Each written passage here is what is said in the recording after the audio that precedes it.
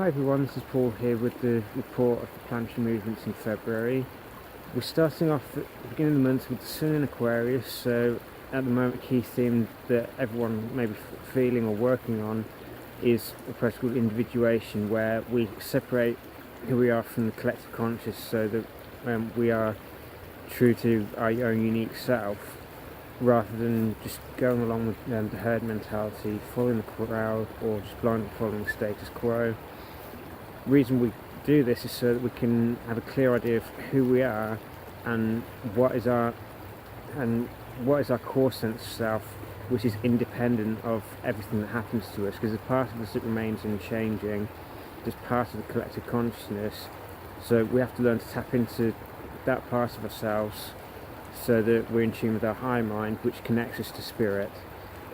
Once we've done this process of connecting to spirit, and usually it involves a little bit of separating from everyone else briefly, not in an egotistic way, but just to spend time in a bit of solitude, can be just for a few minutes each day, just to stay attuned with who we are, independent of what we're told through the relationships that we have and through the message of the status quo. But once we've found out who we are, or we've made contact with that part of ourselves which is uniquely us and not a conditioned part that we've inherited from anyone else, we then need to tap into the gifts of that, who we truly are, and radiate those gifts to other people. So we find humanitarian cause of some kind. It could be environmental, it doesn't matter whether it's benefiting people or the planet as a whole, as long as it's there to benefit people other than ourselves. Because this is the process that allows us to push the evolution of human consciousness forwards. It's knowing who we are and then radiating those fruits of spirit that come through going through that process for the benefit of other people, which gives them permission to undergo the same process. Because let's face it, most of us do actually want to feel unique, want to know who we are, but we don't know how to go about it. We feel afraid that if we try undergoing it, the people that we know and who we spend the most time with will start judging us because we're suddenly acting different, when the only reason we're acting different is because we're becoming true to who we are, rather than wearing the social mask that we've been conditioned to wear for a long time. This period extends up until the 18th of February, when the Sun makes transit into Pisces. Now at this point, this is when the mental perception of our unity, of how we're all linked together as one collective consciousness, becomes more than just a mental concept. We feel it in our hearts, but this is provided that we open ourselves to the higher power and let it flow through us, and we don't just try and maintain a separate sense of self that resists any call for transcendence, the desire to feel that sense of unity that we would have felt when we were in the room, when we had no sense of being a separate entity from the rest of the universe. It's that desire to feel oneness, feel an ultimate connection with everything around us, and the ultimate sense of security and wholeness as a person. But first of all, we have to see, where do we engage in habits of separation or seek substitutes for this experience through chemicals like alcohol, drugs, or maybe overeating, sleeping too much. These are all the shadow sides of Pisces. The higher side is pure consciousness itself, and this is something that we can tap into through the power of meditation, for example, which is a key area.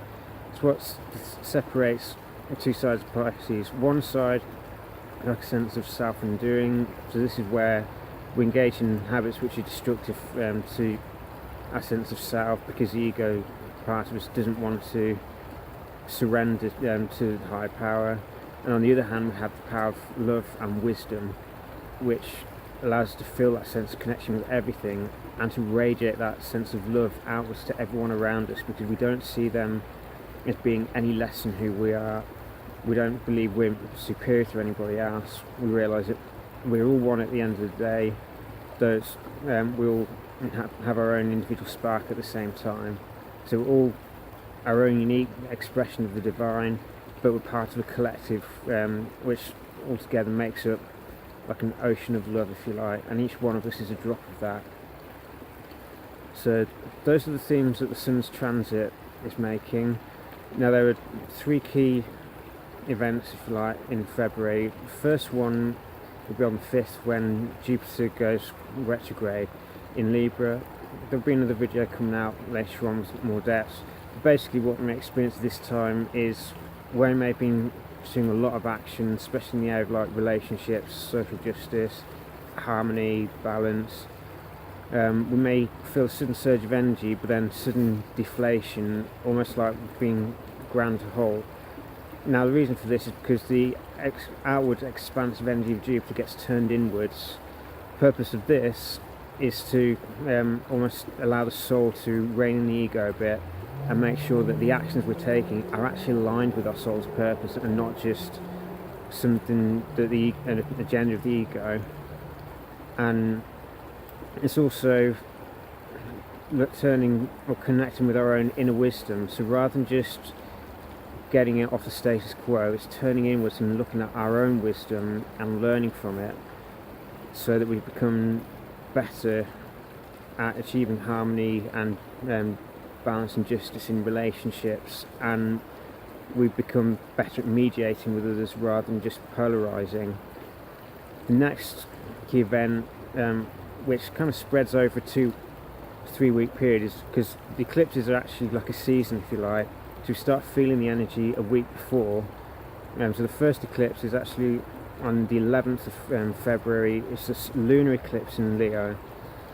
Now generally in the eclipse season we're going to feel like a lot of events suddenly start happening which show us what part of us is no longer valid for who we are and what we need to let go of if we're to move forward in our lives. So with Leo, one of the main things that this is going to emphasize is where do we suppress our creativity, where does low self-esteem or lack of self-love cause us to be judging on other people or putting them down, when if we actually learn to love ourselves, to build a healthy sense of self-worth and self-respect, the creative energy within us that we're all born to express has a chance of flowing. And it's also learning to accept love of other people, because you've got to, it's easy enough to give love out because there's no vulnerability in that, but receiving it is a whole other thing, and it's learning to receive love of other people that many of us struggle with. And just to be clear, I'm not talking about taking love of other people through any kind of pressure. I'm talking about someone freely offers you love and you believe yourself worthy enough to accept that love and to feel it, so we believe that we're worthy of being loved. Because when we do that, we suddenly feel much more free to express our creative side.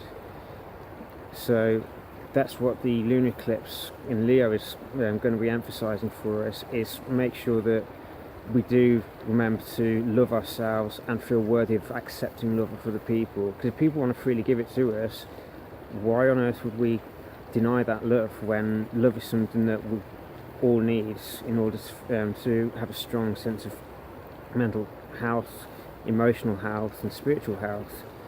Love is something that nurtures every one of us, so it's learning how to accept that love if we haven't already learned how to do that. Then the second eclipse is a solar eclipse in Pisces on the 26th of February. This marks the end of the eclipse season in February, but also marks the last time that the Sun will be doing any eclipses in Pisces for about 9 years. And for this one, it's about learning how to radiate love and compassion to other people. So it's learning how to be empathetic, it's connecting to other people through love and compassion.